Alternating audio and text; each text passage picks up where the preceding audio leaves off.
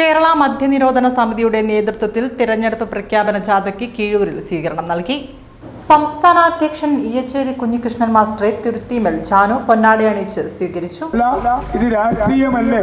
സത്യം പറഞ്ഞാൽ മദ്യം വ്യാപിപ്പിക്കുന്നതും മദ്യം തടയുന്നതും രാഷ്ട്രീയമാണ്. നിങ്ങളൊക്കെ സംസാരിച്ചവർക്ക് രാഷ്ട്രീയ ബോധമുണ്ടാകും. രാജാജി എന്ന് പറയുന്ന മദ്രാസിലെ മുഖ്യമന്ത്രിയാണ് നമ്മളുടെ മലബാറിൽ മദ്യം ഇല്ലാതാക്കിയത്. അത് പിന്നീട് 1967 EMS നമ്പൂതിരിപ്പാടിന്റെ CPM-ന്റെ രാഷ്ട്രീയമാണ് ഇവിടുത്തെ മദ്യനിരോധനം എടുത്തു കളഞ്ഞത്. അതുപോലെ രാജീവ് ഗാന്ധിയുടെ രാഷ്ട്രീയമാണ് പഞ്ചായത്ത് രാജ് നഗരപാലിക നിയമം. അതിൽ രാജീവ് ഗാന്ധി എഴുതി ചേർത്തു, പയ്യോളി പഞ്ചായത്തിന്, പയ്യോളി മുനിസിപ്പാലിറ്റിക്ക് മദ്യം വേണമോ വേണ്ടയോ എന്ന് തീരുമാനിക്കാം.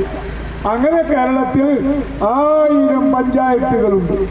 1000 ഒരു പഞ്ചായത്ത് മെമ്പർ മദ്യത്തിന് അനുകൂലമായി കൈകൊണ്ടിക്കില്ല. അങ്ങനെ ബാറുകളൊക്കെ സ്ഥാപിക്കാൻ കഴിഞ്ഞില്ല. രവീന്ദ്ര മാഷ് പറഞ്ഞ പോലെ ഉമ്മൻചാണ്ടി നിലവിലുള്ള മദ്യഷാപ്പുകൾ അടയ്ക്കുകയും ചെയ്തു. 29 ബാറുകളാണ് കേരളത്തിൽ. ഇപ്പോൾ 945.